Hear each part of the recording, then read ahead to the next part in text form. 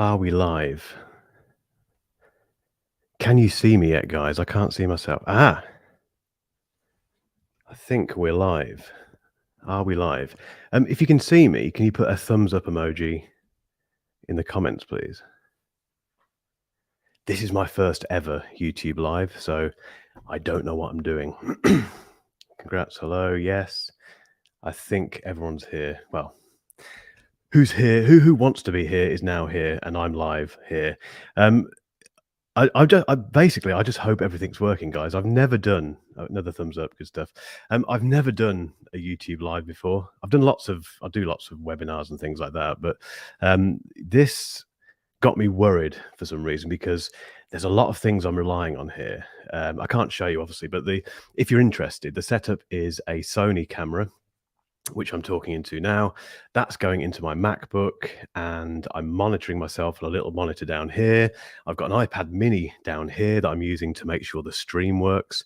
And I've got this mic, I've got a USB interface. If any of this stuff goes wrong, let's just touch wood and hope that doesn't happen. Everyone's coming in though. There's some familiar faces here. Jakob, Martin, John Ellis, I know him. Who else? And hi, Jan, and yeah, a few people that I don't recognise, which is always nice because it means there's other people out there who watch this stuff. I can see 3 versions of myself in front of me, which is really weird, but there we go. Let's see, where's everyone calling in from? Let's have some location shout-outs, as the kids say. Where are you in the world? I love doing this because it's amazing how far and wide this stuff reaches. Hi, Louise. Fell seamstress. I know a lot of these people. Stephen. Yeah, so come on, where are you guys? Germany. Nice. Never been. Want to go. Chicago. Want to go there as well. Anyone from Leamington? Nah. India. Lovely. Oh, Wendy Ellis is in there as well. I'll let everyone else guess who those people are. Lancashire. Oh, there are some UK people here. That's always good. If you don't know where I am now, I'm in a place called Leamington, and a lot of people ask where that is. As soon as you say I'm in Leamington, most people, unless they live in the UK, it's just a blank expression. And then you say, well, actually, we're near a Warwick, which is kind of the studio is kind of in Warwick, but Warwick itself is kind of the centre of it is that way. And we have a castle, and when you mention that, people tend to know what you're talking about. But anyway, we're about 60 miles north of London, basically. Darlington. Harrison's watching too. That's weird because that's my YouTube account saying that. Jen is using my YouTube account, which it makes it look like I'm speaking to myself. I promise that isn't me. I'm quite sad, but I'm not that sad. But yeah, my little boy's watching. Fantastic. He's probably trying to eat the iPad as we speak. Leicester, brilliant castle, Martin.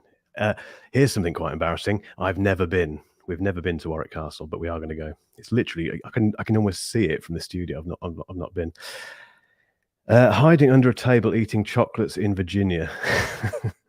Kind of wish I was doing that now.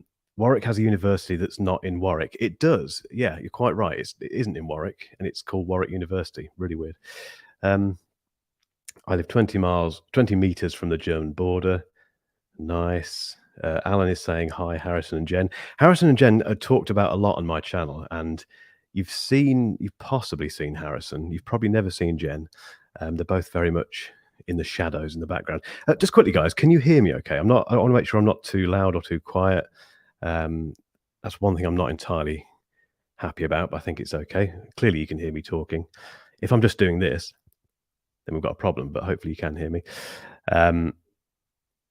I assume we're fine. No one has said that they can't hear me. Anyway, thank you very much for coming on this live stream. I had no idea how many people would join it. I've done it on this channel, on the Solo Club channel, just because it doesn't make sense to do it on the Mark Ellis Reviews channel. That's a tech channel. And if I suddenly kind of appeared and started talking about 100,000 subs and YouTube and all that sort of stuff, unfortunately, that doesn't really work on YouTube. The other thing I always think about, I heard a story about a guy once who I don't know who he was, but I heard it through someone else, that he spent ages. I think he spent 2 years building his channel to 1,000 subscribers. He got to the 1,000 subscribers, 4,000 hours of watch time thing where you can turn on monetization. And he made a video to celebrate it, published this video, and most of his subscribers unsubscribed. He lost most of his audience like that. And I just remember thinking, I never want that to happen. Imagine if I did this and ended up losing all my subscribers. Sound clear as a bell. Good. That's good. Patrick Rambles is on. Hello, Patrick. My friend over in near Belgium, not actually in Belgium, but those who saw the video know that I went out for a little date with him when I went to Belgium. That was very nice. He showed me the sights. Might be doing something similar soon, possibly. Martin, wow, Harrison's typing skills are really coming on. I know, they're better than mine, to be fair, much better than mine. But no, thank you for coming on, guys. A couple of reasons for doing this stream. One of them is just to test this sort of stuff out, because I will be doing more of this stuff on this Solo Club channel. So that's one reason. The second reason was obviously to celebrate the 100,000 subscribers thing, which is a massive achievement personally for my brand. It represents an awful lot of hard work, as you can probably imagine. And because of that, I thought we could have a drink. It is just gone 4 o'clock in the afternoon in the UK, so I'm allowed to have a beer. Not sponsored, obviously. So I'm going to crack this open now. Join me if you want to, depending what time of the day it is, entirely up to you. Cup of coffee, juice, whatever you like. I'll try not to knock this over, all this expensive equipment. But firstly, cheers. And secondly, I thought it would give you the opportunity to ask me some questions. And I know I'm going to regret this. I do this every Wednesday on Twitter.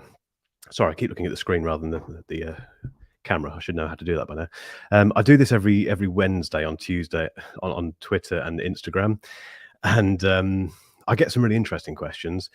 And I get some really weird questions. So I know doing this live, when you don't have a moment to sit there, look at it and laugh and then respond, could be interesting. But of the 35 of you who are watching, hopefully you're all fairly normal people who don't ask weird things. But I don't mind if you do. To be honest, ask me anything. I'll answer every question that I see. I promise. I'll answer them as honestly as I can, depending on what they are. But yeah, so lots of cheers. Thank you, Martin. Cheers. My mum and dad are on this call. If you hadn't worked out who John and Wendy are, they and also my mum reads all of the comments, literally all of them on YouTube. I don't have the time to. That's not very nice. But I don't have the time to, because I'm doing lots of other things on here. My mum's very busy, obviously. This has gone strange, hasn't it? I'm really getting myself in a lot of trouble here. During my mum's very busy days, she does somehow find time to read all of the comments. So if you ever leave me a nasty comment, although she never gets involved, yeah, there's no one scarier than your own mum, is there? But anyway, she's lovely as well. What am I talking about? So please, no embarrassing questions. Yes, Rolf, if you want to ask me an embarrassing question, I don't mind. Who cares? I'm really going to regret this. I thought before we get into questions, I thought I'd just give you a bit of a story behind the channel, because I haven't really talked much about this. I talk about it a little bit on the newsletter and occasionally on my Discord server and that sort of stuff. But I think it's a relatively interesting story. And just kind of how I've got to where I am now and how I got to the 100,000 subscriber mark, because it's been quite a short journey in YouTube terms, but it feels like a long journey. And basically back in 2020, it was March 2020 when the world was, well, we know what it was like back then. It wasn't the greatest place in the world ever. It was a bit of a mess, to be honest. And we were all locked up at home. And you had a choice. You either made furniture, made banana bread, or started a YouTube channel. And I wasn't very good at the other two things. I didn't even try them, to be honest. So I went for the YouTube channel. Jen, incidentally, is very good at making banana bread, and as it turns out, very good at making furniture. So she had that covered. I went for the YouTube thing, and I had this 10-year plan. So basically, I thought, I'd always wanted to do something with YouTube, but I didn't really know what. I didn't know what to cover, I knew tech was a big thing for me, always has been. But I'd been a freelancer for a long time up until that point. And I thought, what if, based on the fact that lots of people are unfortunately losing their jobs, and working from home now. What if I can help them by starting a YouTube channel and offering freelance advice and all that sort of stuff, and just throw in the odd sort of tech review here and there. So I did that. I started that kind of process of kind of, imagining that channel and planning it out and all the rest of it. And I turned to Jen in I remember this clear as day. I turned to her one day in the garden and said, "I'm going to start this YouTube channel. I'm just going to go for it." And I thought, this will take me probably 10 years to turn into anything remotely interesting. Let's give myself until I'm 50, basically, to create potentially a business that I could turn into a full-time business. And I went for it. And the first 2 or 3 videos I made are still there. If you want to go and see them, I go and see them. You may have watched them already, but they're what I called the diary series. And this was me basically sat in wherever I could find in the house, in the kitchen, in the spare room, whatever, and just rambling on like I am now in front of the camera about nothing in particular, just anything basically that came to mind. And the reason I did that for about 7 or 8 weeks. But the reason that I did that was for 2 things. One, to get comfortable in front of camera talking, and because this is weird. There's even 3 years in, it's still a really strange thing to do. Never gets less weird, really. You just get a bit more comfortable doing it. But those diary series videos, so like I say, they were to get me used to doing this, to talking to camera. And secondly, to get me used to being consistent and turning up every single week and filming at least one video. I did that, like I say, for 7 or 8 weeks. Those videos are still there. I'll never take them down because they're very important.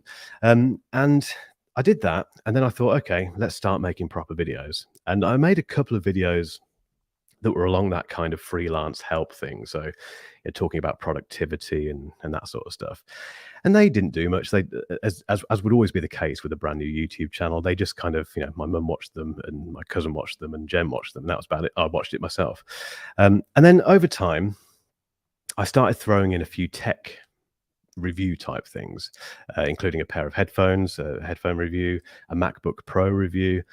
And 2 of those videos took off. One of them was the Sony XM3 review, and the other one was the original 16-inch MacBook Pro, the Intel version. I know you're asking questions, by the way. I will come on to the questions. Just keep chucking them into the chat, and I'll pick them up in a minute. So yeah, those 2 videos took off. And while they took off, the productivity-related videos didn't. And I just looked at it and thought, okay, tech is working. Productivity/freelancing ain't working. Let's just go for it. Let's go for the tech thing. And this surprised me because I've been a tech YouTube watcher for years and years and years. So I watch people like Marques Brownlee, all the big guys basically. And I admire them greatly. And I've always felt fairly, I don't know, just kind of, what's the best way of putting this? I felt like I had imposter syndrome before I even started, because I thought if these guys have got that far and they've been going for ages, there's loads of them. How on earth am I going to make a noise? But I did somehow, and these 2 videos worked. And like I say, I really doubled down on that and just went straight into tech and carried on making tech videos and did it again and again and again. And things really started to pick up. And then towards the end of 2020, as a lot of you will know, Apple released their M1 chip. So they completely redefined the way Macs work, and it changed everything. And I could never have foreseen that. I didn't start the channel thinking, oh, in 6 months' time, Apple are going to do this. That just happened. It was fortuitous. It was luck, and luck plays a huge role in this. But that happened, and I jumped on the back of that and sort of went off on this wave, which hasn't really stopped all that way since then, basically. And then lo and behold, within 18 months, I think I had 50,000 subscribers, and everything around the channel was getting bigger as well. So the website was growing. My Discord server we've got a lot of Discord people on here today, actually, but the Discord server was growing. My presence on Medium was growing. Social media, that was getting bigger. And it was just a bit, I mean, no one was more surprised by this than me, really. And the key thing is that I got to a point with the revenue where the revenue matched, I think the first year of Mark Ellis Reviews, the revenue for that first year matched the first year's revenue of my current business at that time, which was a kind of freelancing external marketer. it was the same as that. So I'd somehow in that first year, I'd managed to match exactly what I did with my other business. And at that point, I just thought, there's something here. And I had to get to the stage where I needed to make the leap, which I made in, when was it? February last year, so just over a year ago. I decided to go for it. And Jen knows that before February that year, I said, look, I need to give it another year. I need to get to the end of 2022, I think I said, and then do it. And she said, okay, knowing full well what I'm like, that wouldn't happen. I'd do it much sooner. And I did. I ended up turning off all of the, weird way of putting it, but basically cancelling the contracts I had with other people. So my customers, I was saying to them, look, this is it now. I'm going to go straight in with this YouTube thing. And I was effectively turning off 50% of my revenue, which was frightening. You know, we had a baby on the way. The world was a bit, wasn't great in terms of, what was happening financially in the world. And it was just seemed like a very stupid thing to do. But I knew something was working, and I went for it. So that was it. And I went wholeheartedly into it at the start of last year. Got this place, got the studio a few months before that, and haven't looked back since. It's been absolutely amazing. And here I am. And somehow I've reached 100,000 subscribers, which is crazy. I need to have another drink. My mouth is going dry. We've got 45 people on now. That's nice. I thought it might be about 3 people, so it's good to see quite a nice number there. But so yeah, so that was that. And then, like I say, I've hit 100,000 subscribers, and a few people have asked what that's like in terms of what was it like when you kind of ticked over to 100,000. And this happened actually just over a week ago. It happened overnight on last Saturday, and I think on Saturday last week we were at 99,960 something. And I don't know if you know, but on YouTube Studio, you can set it up so you can see your live count, so you can see how many subscribers you've got. So we were watching Succession. That show, guys. If you haven't seen Succession, I won't give anything away, no spoilers, but the current series of Succession's amazing. But anyway, we were watching that, and I set my laptop up on the coffee table with that live count. And we were obviously watching Succession, which was far more interesting. But we kept looking to the side at the laptop, because like Jen said, it would be great if we could watch it tick over. But it got to about 9:30, 10 o'clock, and it just wasn't going any further. It was really slow. And I said, look, this isn't going to happen. Let's call it a night, and maybe we'll wake up in the morning and it will be still below 100,000. And that was the case. I woke up about 6 o'clock the next day, looked at my phone, and it was at 99,993. And I thought, I'm gonna see it clock over. And then I fell asleep. Then I woke up again, and it had clocked over to 100K. And it was an amazing feeling. It was a very surreal thing to see on that screen. I'm used to seeing 5 digits, and now it's suddenly 6 digits, and it's crazy. It's a completely arbitrary figure. It's this number that YouTube puts on success. So they give you, there's several of these. The first one is the 1,000 subscribers / 4,000 hours of watch time. When you get to that point, you can start earning money from YouTube in terms of AdSense. Then there's this massive gap between that and 100,000 subscribers, where nothing happens apart from you working your backside off to get to 100,000 subscribers. YouTube kind of lets you get on with it. And then you get to 100K and they say, oh, well done, brilliant. And they send you a plaque, a silver play button, which you inevitably put behind you on the wall somewhere. Mine's on the way, thankfully. So they do that. And then you're left on your own again until you get 1 million subscribers. So nothing happens between 100K and 1 million. And when you get to 1 million, you get the gold play button. And then I think the next one above that is 10 million, when you get this kind of crystallized play button thing. But it's these massive gaps, but they are arbitrary numbers.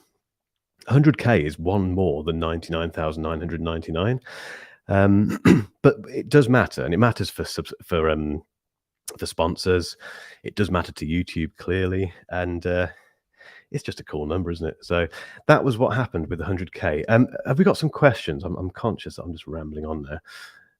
It is just me doing this. I haven't got any moderators. I'm having to keep an eye on everything to make sure everything's still working. I am still live, which is good. So let me just have a quick look while I have a beer. Have a sip of whatever you're drinking. There's loads of questions here. It's very possible I won't get through all of them. I will read them again afterwards, I promise. I probably will do this again as well so we can catch up. But so if I don't answer your question, I'm sorry. Let's have a look. Let's start at the top. So Martin, I hope you've got your name there right. Your name right there. You had a great month. Did you buy some new tech or just save for other times? So yeah, I think Martin's referring to. I had an amazing month in, was it February or March? I think it was March. Was it? Well, anyway, an amazing month where the business turned over £26,000, which is an awful lot of money.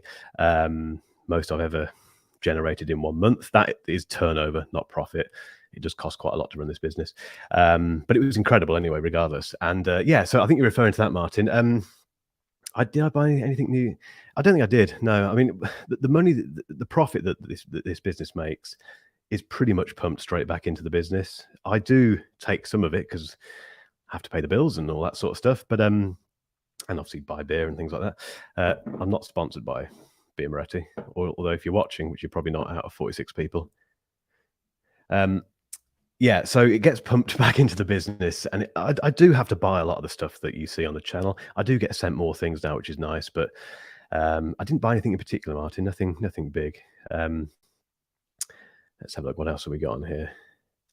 Steve, how is the podcast doing for you? Has it met your expectations for downloads? I think you're referring to 8 or 16 here. I do have another podcast on the way, which I'll reveal soon. But yeah, 8 or 16, myself and Rob. It's doing brilliantly. It's recently crossed quite a big number, and I can't remember what it is. Let's have a. In fact, it will take me ages to find that. It's doing really well, and I think on average, each episode. They go above 1,000 downloads quite quickly now, which is good for a podcast. It's hard to get a podcast.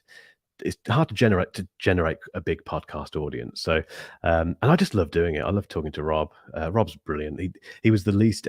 He never expected to be asked to be my co-host. I met him on the Discord server, and he does a brilliant job. And he knows more about tech than me. So. That's always good. Jakob says, "What was the hardest thing on your way to 100,000?"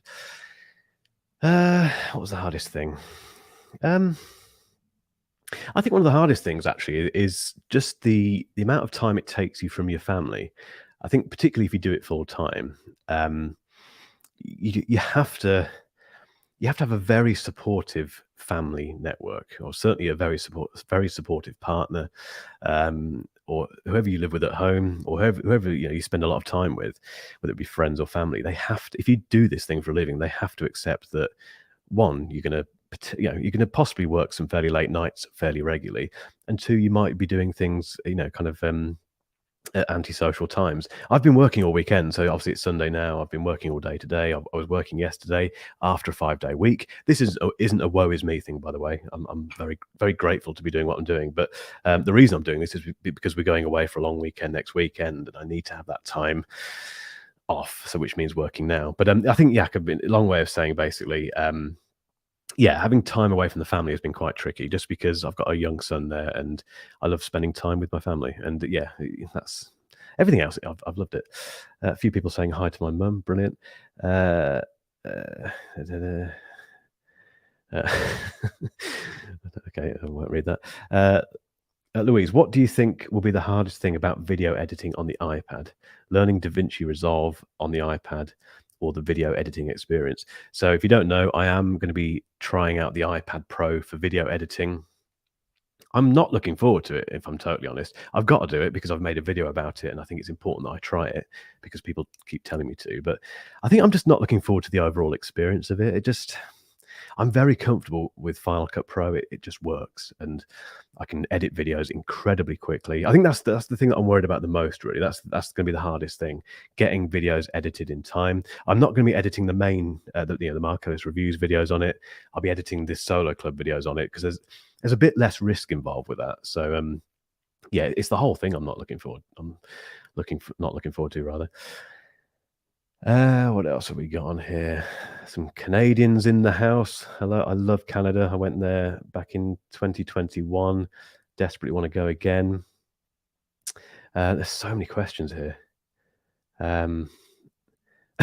Patrick Ramble says, this is weird. Patty and my 3 daughters watching Mark Ellis with me. Hello, everyone. Um, that is weird, Patrick, isn't it? Your channel is one of my favorite tech channels. That's another thing you get. Such lovely comment. You get some absolute idiots, as you know, but they're so in the minority. You get so many lovely comments with this. You lot are just lovely, lovely people. I'm just a bloke from Northampton. I just think I'm not internet famous at all, but when this kind of stuff happens, you think, well, why are 48 people watching some bloke from Northampton in the UK ramble on about how many subscribers he's got on YouTube? I'm grateful you are, but it's just absolutely bizarre. Let's have a look. Alan, do you know of anything I should watch out for if using Squarespace instead of WordPress? I love the randomness of these questions. Alan, no idea. WordPress is the only thing that I use for building my own website. I don't know Squarespace at all, I'm afraid, so can't help you there. But WordPress is great. I'd probably look at that instead, personally. Some people are answering Alan there in the comments. Lovely. My Sportswear says, "Hi Mark, how do you maintain a good work-life balance? Juggling both can be difficult. Are you still writing early mornings and keeping evenings free, or do you prefer working evenings?" That's My Sportswear is called Mark as well. Hello, Mark. How do I maintain a good work-life balance? Well, I was just talking about that, really, wasn't I? I suppose, and same thing applies. It's not easy, particularly at the moment when it's so much is happening. I'm doing so many different things for this business, and I've got 2 YouTube channels now, which is, yeah, why not make things harder for yourself? But I think one of the things I've done recently and what I've done this year is start outsourcing. So I've been outsourcing things like the obvious stuff, bookkeeping, accounts. Got no interest in that at all. I have someone else who does that. But I've outsourced PR, some design stuff, editing, what else? Publishing as well. So I'm getting this little team of people externally, not employees. They're external contractors to do things for me. That has made a big difference in time management, but it's still a challenge. I should be at home now, really, but that's just You just have to turn off at times, and I do that as often as I can, basically. Let's have a look. Someone's swigging coffee because it's 8 a.m. I don't blame you, but it's not 8 a.m. here, hence the beer. I love how in your tech videos you get straight to the point and don't waffle on. I think I do waffle a little bit. I do a lot of waffle that you don't see. Most of the waffle ends up on the floor because there's a lot of it when I film the A-roll. But it's nice to hear that it doesn't seem too bad from your perspective. That's quite reassuring. Stephen, did you expect to reach your level of subs in the time you did? The big long-term YouTubers have the advantage of doing it for a long time and starting at a time when things were less crowded. I think, like I mentioned earlier, Stephen, I didn't. I thought it would take me 10 years to get anywhere remotely near anything interesting. So to get to 100,000 subscribers in just over 3 years was a surprise. It really was. And no one's more surprised than me, really. What have we got? Thanks very much for your videos. You got your new M2 Mac Mini base model because of mine. Hope you're enjoying it. They're very good. What else have we got here? Anyone knows what happens if it goes back under 100,000? Do they take it back? Jan, yeah, I think if you hang it on the wall and you lose your 100K, a black car turns up with blacked out windows and these guys come out. I don't think that happens. I've often wondered that if you had a cataclysmic event on your channel and lost half of your subscribers and you had a silver play button, I guess really it's awarded for reaching 100,000. What happens after that is neither here nor there, I'm guessing. I might find out, who knows. Hey, how comes you normally don't do live streams? Would love you to do it, and memberships. Well, memberships, I do have a Patreon account, which I've got. There's about 40 members on there now, and you get access to Discord, and also you get not weekly, but you get monthly vlogs from me and some other bits and pieces. So there is a membership system. In terms of the live streams, I am going to be doing more of these weekly on this channel, not on the Mark Ellis Reviews channel, but I will be doing them on the Solo Club channel every week. So stay tuned for those. Stuart says, how do you see artificial intelligence shaping the future of tech products, and what challenges do you think it will present? Congrats on the 100K. AI is amazing. So I'm kind of scared by it, and then uh, kind of amazed by it and inspired by it in equal measure. I think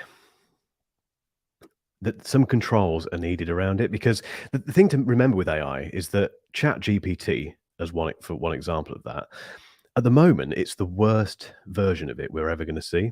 So ChatGPT 3 or 4, whatever version you've tried, as it stands now, it's the worst version, because in a year's time, 2 years' time, 5 years' time, 10 years' time, there'll be newer versions of it. And you can only imagine what they'll be like, because the worst version of it at the moment is amazing. It's just incredible. I use it all the time. So I use it for generating YouTube title ideas, getting descriptions written for me. I occasionally use it for bullet pointing out tweet threads, LinkedIn posts. I don't just take that stuff and then post it. I then write it myself and put it into my own words. But I use AI all the time, and the things it can do are just mind-boggling. So in terms of it shaping future tech products, I think one thing it has to do is improve the likes of Siri and Amazon. We've been trying Siri at home, if you've been following that story, for the last few weeks, and it's just hideous. It's just, when you get used to using AI and you realize how amazing that is, and you get used to it answering things and acting like a human, and then you go home and ask Siri to set a timer for your eggs, and Siri spends 30 minutes trying to work out what you've said. It's so far behind. So I think AI has to be, I think it's really taken the likes of Apple and Google, not so much Google, but Apple, Amazon probably, and a few others by surprise. They knew it was coming, but I think it's definitely caught them on the hop, which is fascinating to watch. But yeah, AI is amazing. A few people saying Squarespace sucks. I won't get involved in that debate. Rolf, not ordered a Porsche? No, can't afford one of them, unfortunately. And but that was a great video. I really enjoyed making the video, the Taycan video. And fingers crossed, I should be doing some more stuff, potentially with Porsche, however you pronounce it. And the idea really is to do more EV reviews, because there's a huge crossover there with tech. And hopefully, what I did with that Porsche video demonstrates that I can do that stuff. So yeah, hopefully, but I won't be owning a Porsche, not for a very long time, or ever, possibly. Right, anyway, cheers. What else have we got on here? There's not been any weird questions yet. I'm really quite happy about that. Have you ever used a Windows laptop that Jen hasn't blue screen of death? If Jen's still listening, she probably won't understand what we mean by that. But the blue screen of death, obviously, is what happens on Windows laptops if you break them, or if they just break themselves. And that is what happened in Jen's defense. All she did was open where is it? Hang on. All she did was take this Surface Laptop 4, which is made by Microsoft. This is a Microsoft laptop. Should work pretty well. But she opened a Word document and it just stopped working. It rebooted itself, went to a blue screen, and I can't make it work again because, well, I won't bore you with the reasons why, but it's broken because Jen tried to open a Word document. So, have you ever used a Windows laptop? No, I haven't, basically, because this is the only one that I've had for a long time. So, but yeah, terrible. Let's not get into the Windows versus Mac debate, though. Sandra, how long does it take you to produce your average length videos? It really varies, to be honest. Over the last few days, I've made the last 2 videos that hit the channel. So the one that went live yesterday, which was the iPad, going all in on iPad thing, and the one today, which was the AirPods Max follow-up review, they were both made in one day, not together, one day each. So yeah, roughly. I say roughly because most videos, as you may know, most of my videos start life as blog posts, and the blog posts are usually written a few days, if not weeks, before. So the loose script for the blog, for the video is already created, but the actual production process of sitting down, doing this stuff, talking to camera, filming footage of the product, editing, uploading, that can be done in a day with my processes. And I've been doing that for probably the last year or so. Most videos are done pretty quickly. They have to be done quickly because I want to keep the channel busy and I want to keep feeding the algorithm. There's a lot of things I want to make videos about. I have to satisfy sponsors, and I can't faff about taking ages making videos. I'd love to be able to do that. Would I? Actually, no, I wouldn't. I'm saying that.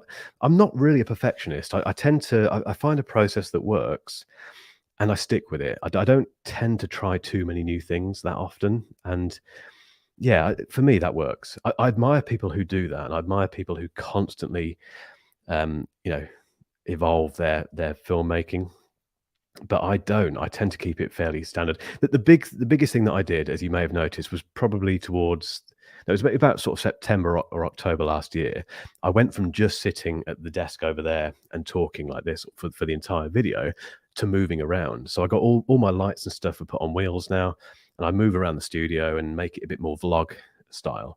That's probably the biggest style change that I've made to the channel. But actually, that has also sped up the production process. So I'm all about process, making it as quickly as possible to a standard that I'm happy with. But yeah, I can do them in a day now, which is amazing. Let's have a look. What are the questions? Oh, Rob's here. Rob from the podcast. Hello. Hello, Rob. Rob says, Rene comes to collect the plaque personally if you lose subscribers. So Rene Ritchie, some of you will know who he is on this call, I'm sure. He's used to be a tech YouTuber. He's now the YouTube YouTube liaison officer or something. Anyway, he basically sits between YouTube and creators like myself. I've spoken to him a few times, actually. He's a really nice bloke. But yeah, that's who he's referring to there. Any more questions I can answer here? I won't try and pronounce your name because I'll definitely get it wrong. But you're asking what are some of my hobbies? I wish I had more time for my hobbies, really, but at the moment I don't. I play piano. I have done for a little while, and although again I don't play it very often anymore. My dad's an amazing pianist. I've spoken about him a little bit on the podcast recently. So I kind of picked all that stuff up from him. Equally, I've spent most of my life making music in my bedroom. Literally making music, as in music. And that again, I don't do that much at the moment. Although, as you may know, I'm trying to work that into the content. There's something that I'm doing with music production. So that's music is a massive part of my.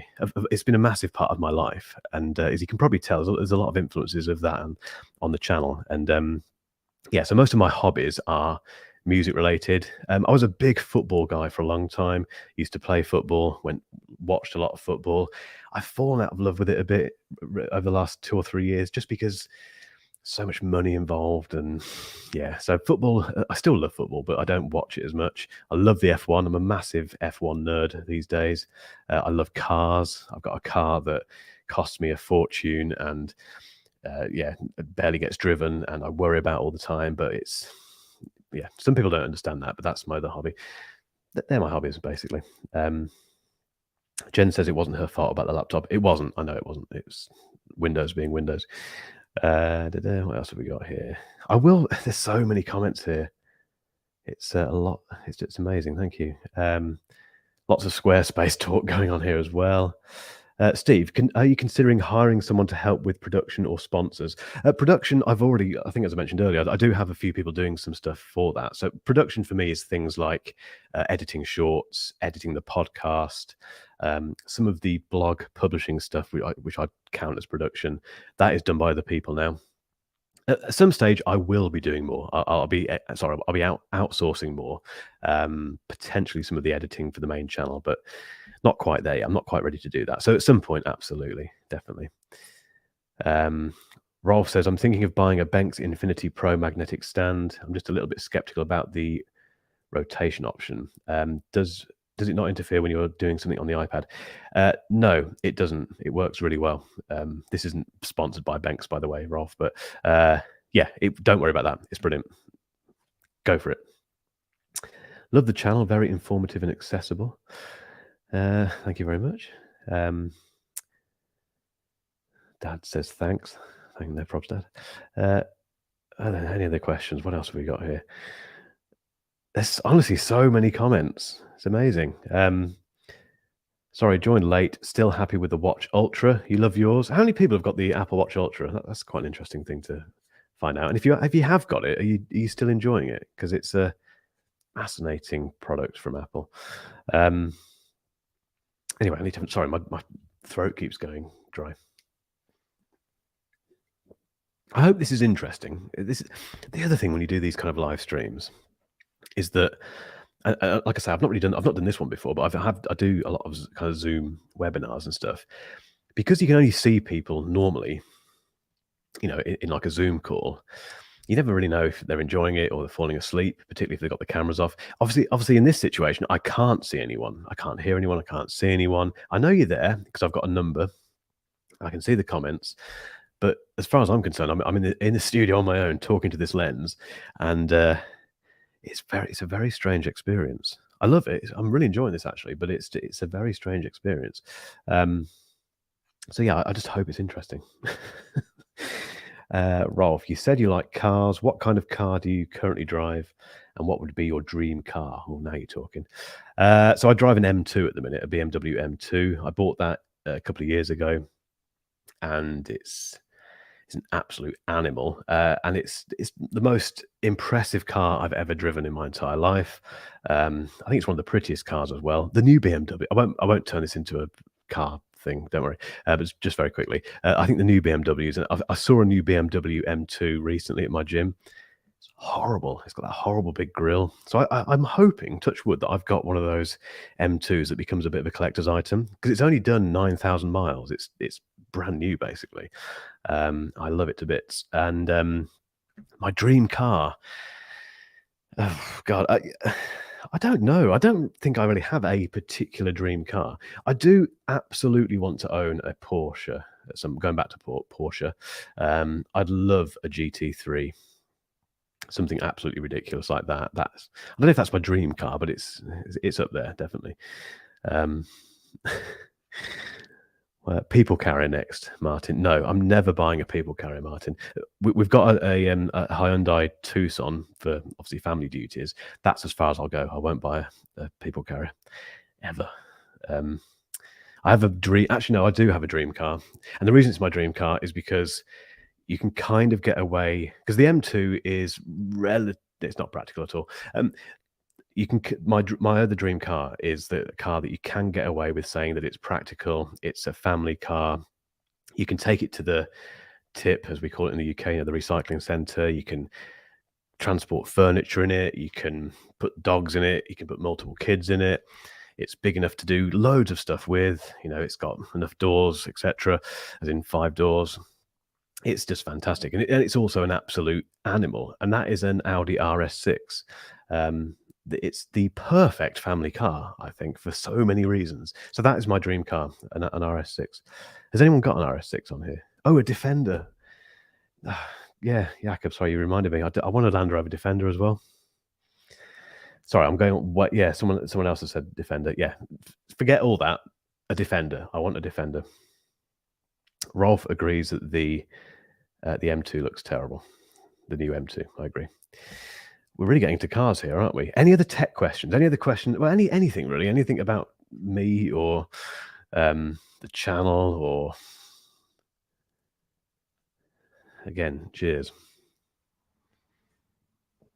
I nearly got some snacks for this as well. I thought I'd get some nuts maybe and some crisps and sausage rolls and stuff. But then I thought, well, actually, that's a really bad idea because 1, I'll probably choke on one of the nuts, and 2, stop laughing at the back, and 2, I'll probably you'll get that horrible eating noise on the mic, which wouldn't be very nice. So I didn't get snacks. What camera do you use for shooting videos? Fun fact. Hang on, let me 2 secs. So not typically, all the time, I use the FX3, which is this. This is the best thing I've ever bought for this business. It wasn't cheap, and it's not the lens on there, but I bought this with a 24mm G Master, which again, not cheap, but amazing. But this camera has filmed. I've been using it for the last 18 months or so, maybe a bit longer. It's just, again, touch wood, bulletproof. The image quality is amazing, and I love it. It's just the brilliant thing I've ever bought. I do have at the moment this, which is a Sony A7 IV, which has been sent to me by Sony. Just realised I've left it on for ages. It's very warm. So I'm using this as my B cam. You may have noticed recently that I've had 2 angles, and this has been the second angle, which has been, I don't know. Do you like it? I think it works quite nicely for retention and stuff. And then in front of me now, I have an A7R5, which again has been sent to me by Sony. Now, I don't think Sony will be watching. In fact, they won't be watching this. I'm sure their PR company aren't watching this. But they asked for this back. This came with a 50mm lens, which is on here at the minute, and this one came with a 20 to 75mm lens. They asked for this back, and I said, yeah, no problem at all. And no one's turned up to get it. This was about 3 weeks ago. They haven't asked for this one back yet. They seem to have forgotten. And I'm not going to keep them. At some stage, I will let them know, because I don't want to effectively steal these cameras. But although I haven't stolen them because they've sent me them and they've just forgotten to ask for them back. This is very rare. Sony are normally bang on the money when it comes to getting stuff back, but they seem to have forgotten. It's one of those things where you think, do I tell them? Because they're really nice cameras. There's a lot of money here, and they're proving really useful. So yeah, I'll leave that there just in case they're not watching, but who cares? Louise, have you played Hogwarts Legacy yet? No, I'm not much of a gamer these days. I'm testing a gaming device, which I can't talk about yet, at home, which is very exciting, actually, very interesting. But I used to play a lot of computer games, but I don't anymore. So no, I'm not playing that, unfortunately. Galen says the second angle is interesting. That's good to hear. That's nice. I know some people don't like it. Jan hates the second angle, as it looks like you'd rather talk to someone else, but everyone does it now. Unhappy face. It's a tricky one, Jan. I mean, it's one of those things where I think I've mentioned this before. The numbers don't lie, and I have seen an increase in retention. Only marginal, but it does seem to be linked to when I started introducing that second angle. I think I just like it personally, so it probably will stay. Streaming software. I'm using StreamYard for this for the first time ever. That's one of the other reasons I was nervous about this, because I didn't know if it was going to let me down. But touch wood, it seems to be working really well. Everything is working nicely at the moment. So some stuff from Asus rather, Jakob says. I'm not sure what that was relating to. You actually pronounced my name right, Galen. Good. Galen is a long-term newsletter subscriber.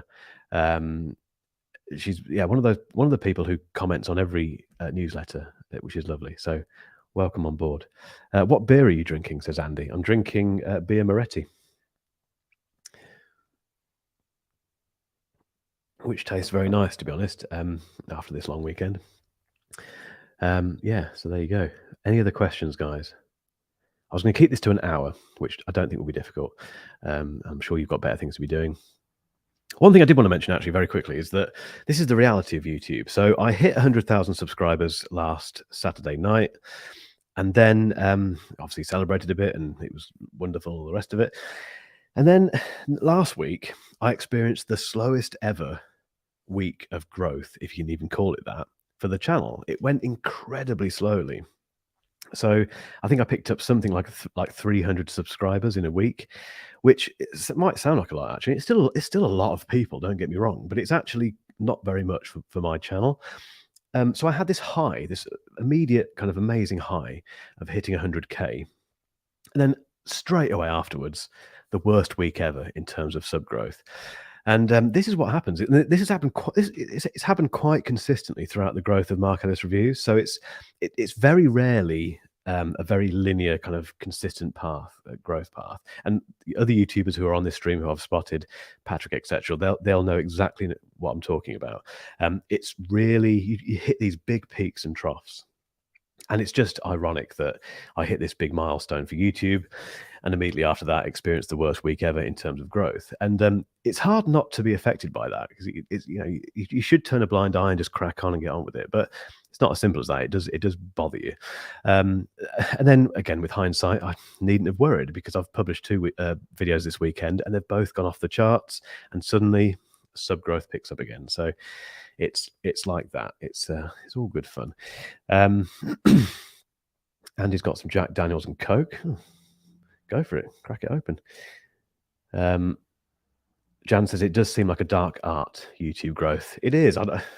I'm not sure what there's no secret to it at all. It's I think when I went into it to begin with, when I started to see some growth, like significant growth in the early days, I thought, "Ooh, clearly this is working." And I spoke to a couple of people. One YouTube agency who said, "Oh yeah, when you hit a certain number of subscribers, it could be 30, it could be 30, 50K, whatever. That's it. You're off. You just go." And I remember hearing that and thinking, "Wow, brilliant." Hit 50K. I remember that specifically, and had the exact same thing where after 50K, it completely died a death. I remember thinking, "That's not what I was told. That's not how it's supposed to work." And then you think about it and you get more experience doing this, and you realize that that isn't the case, because you still have to attract the audience. And the reason I had that big dip after the 100K, it's quite simple. Well, it's two things. One is that nothing is happening in tech at the moment, particularly with Apple. We're really scraping the barrel at the moment for content because there's nothing happening. There's no new iPads, no new Macs. Well, there are, but they're not that interesting. No new product line from Apple. Literally nothing happening. And tech itself is quite quiet at the moment because we're in that off season until June when WWDC happens, and again later in the year when there's other Apple events. Nothing's happening. So there was that, but there was also the fact that I had two fairly poorly performing videos. They were both sponsored, I think, or one was sponsored, and one I had an obligation to do simply because I had the product sent to me, and I'd kind of promised them that I'd make the video. They both performed quite badly. And one thing that I've learned with YouTube, and it happens consistently enough not to be a fluke or just to be random, is that if you have a badly performing video, just one is all it takes, it kills your sub growth straight after. Something happens where you suddenly don't get as many subscribers coming through as you did have before. If you have a high performing video like I've had yesterday and today, it immediately impacts sub growth. And weirdly, not just from that video that you've had the success with, it seems to pull up all the other videos and get people subscribing to those. So that was the reasons that I had that bad week after 100K. But it's yeah, you just kind of live and learn, don't you? You keep fighting the good fight. I'm not moaning about any of this actually. It's an amazing job. It's brilliant. Paul Taylor, how do you soundproof your studio? Really simple answer to that. I don't. Well, that's not true, actually. I can't really show you on here, but you've probably seen in the background of certain videos, I have these big sound blankets, which basically they're proper audio acoustic blankets draped over a little frame. I've got two of those, or four of those in set as two. They help a little bit. They kind of dampen the sound, although what they do more often than not really is separate the room for me, and add and block out a lot of the light from the natural light from the windows. So that's pretty much the only soundproofing I have in here. Everything else is a terrible room for sound. But in Final Cut Pro, there's a feature called voice isolation, which if you little tick box and the slider, tick that, slide it around a little bit, it gets rid of room echo. It uses AI, as you'd guess, and it's just magic. It's amazing. So that stopped me spending an awful lot of money potentially on soundproofing. So yeah. Amir, what is your RPM? I genuinely don't know. I'm so bad. So RPM, for those that don't know, is revenue. It's basically what you make per 1,000 views on YouTube. Let me see what mine is now. Let's do this live, shall we? Let's see. Let's just do it all a lifetime. Let's have a look. I'm in YouTube Studio now looking at this. RPM. Let's have a look. RPM. Why isn't that working? I would show you this, but it's not giving me it for some reason. Okay. For some reason, that isn't... That's weird. I don't know why it's not giving me that. Safari's breaking. I'm not going to tie up this live stream trying to do that. It's not amazing, to be honest, Amir. It's kind of tech isn't bad when it comes to what you can earn through AdSense. It's okay. It's not as good as finance channels, which can make an awful lot of money, and it's not as bad as gaming and that sort of stuff. But yeah, it's okay. It does fairly well. Did you buy some regard for your 100,000 achievement? I'm not sure what you mean by that, Jakob. Did you buy some regard? That might be a typo. I don't know if you want to retype that one, Jakob. Um, Could you do a video on your favorite Final Cut Pro tips and shortcuts? Possibly. It's not really for the Mark Ellis Reviews channel. If I do that, it would probably be on Solo Club. But yeah, I've got a Skillshare class actually as well, which might be worth checking out. You can check that out for free, by the way. You can join Skillshare and not pay anything. It's linked in all my descriptions if you want to check that out. But yeah, I might do some more Final Cut Pro stuff at some stage. Another quick swig. If currently nothing is going on, maybe do a video about the oh so great Apple microfiber cloth. Yeah, I missed the boat with that. I didn't get the cloth. Although I loved what Unbox Therapy did, where he wheeled in this massive flight case, this huge flight case, into his studio. And then I can't remember what the title of the video was, but it was something like unboxing Apple's latest product. And he wheeled it in and opened this massive lid and got out the tiny little microfiber cloth from Apple, which is about 30 quid or something, isn't it? Yeah, I love that. I watched that and thought, I wish I'd had that idea. But no, I haven't reviewed the cloth yet. If things get really bad, I might do that. Did you buy some? Oh, sorry. Did you buy a reward for your 100,000 achievement? Oh, it was iPad correction. No, I think if you mean did I reward myself? No, I was going to buy a coffee machine, but I've bought so many coffee machines in my life, and I've got to stop buying coffee machines basically. So I didn't do that. No, I haven't really actually. To be fair, apart from the coffee machine, there wasn't really anything else that I needed to get, or wanted to get, and so I didn't. We did. What did we do? I think we had a meal out, so we did something like that anyway, just to celebrate it, which is better than buying a physical thing. You know, why not enjoy some time with your family when you have these big achievements? Greetings from Madrid. Hello. I've not been to. Have I been to? No, I haven't been to Madrid. Would love to go there as well. I'm going to New York actually where are we? In June. I'm going to the Influencer Marketing Show, just to check it out, and I definitely will make a video while I'm there. And yeah, that's the first time I've ever been to New York. Can't wait. I'm really excited about that. That in a way is a bit of a treat to myself for the channel's achievement. It is work, obviously, but it's yeah, I don't have to go, and I've decided to go because I think it's gonna be worth it. But can't wait for that.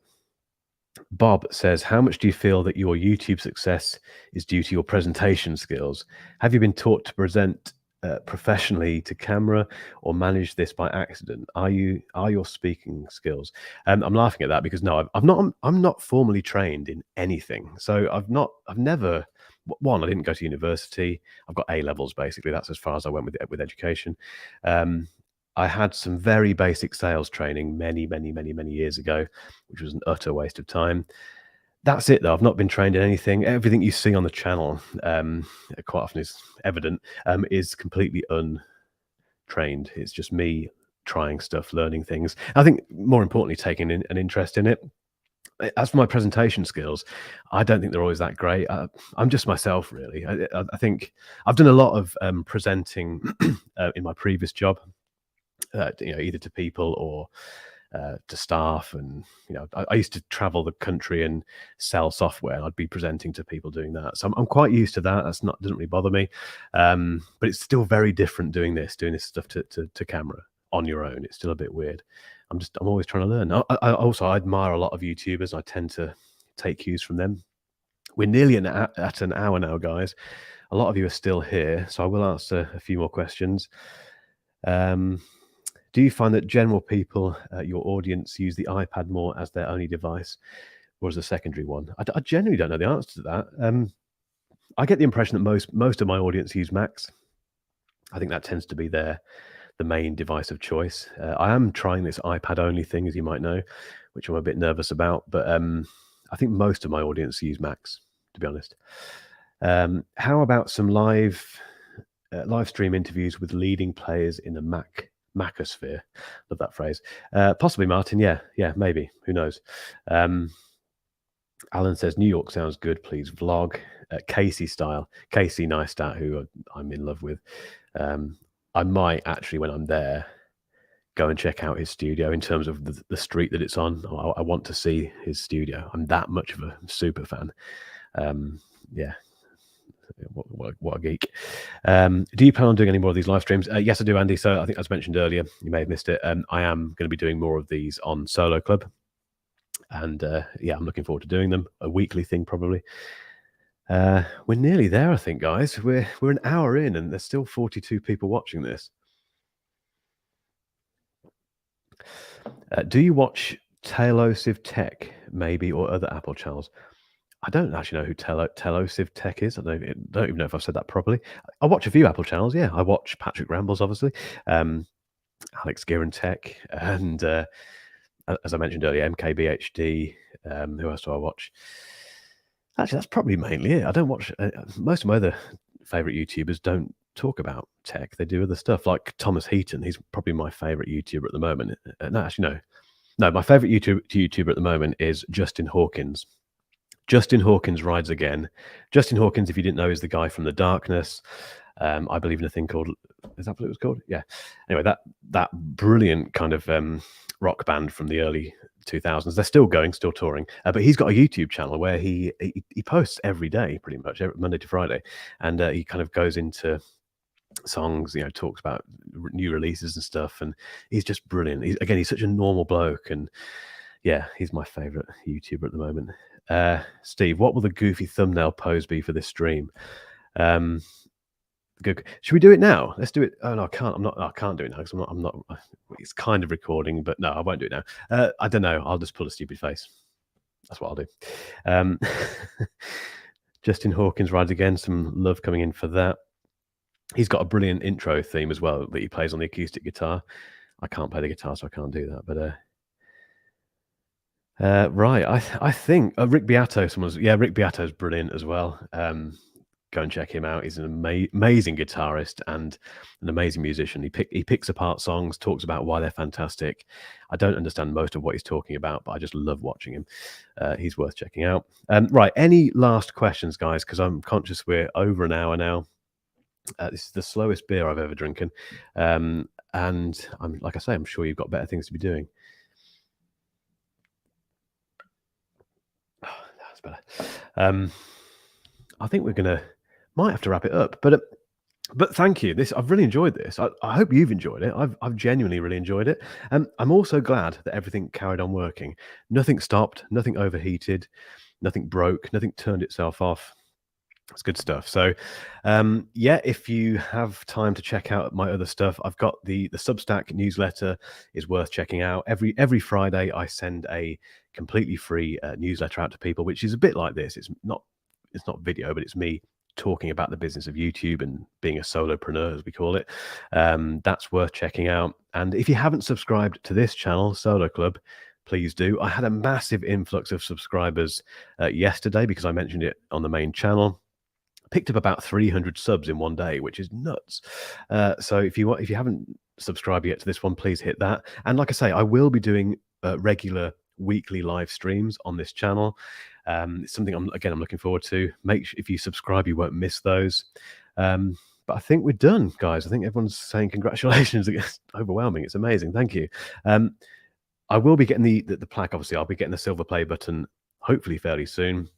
And what I'll probably do, I think, is unbox it on the newsletter. I think it's probably a good place to do that. And I will hang it then somewhere in here. But no, thanks, guys. Thank you so much. I'll let you all log off now and get on with your Sundays. And yeah, enjoy. And thank you for being a part of this journey. It's been absolutely amazing. And I couldn't do it without you, as they say. So thank you.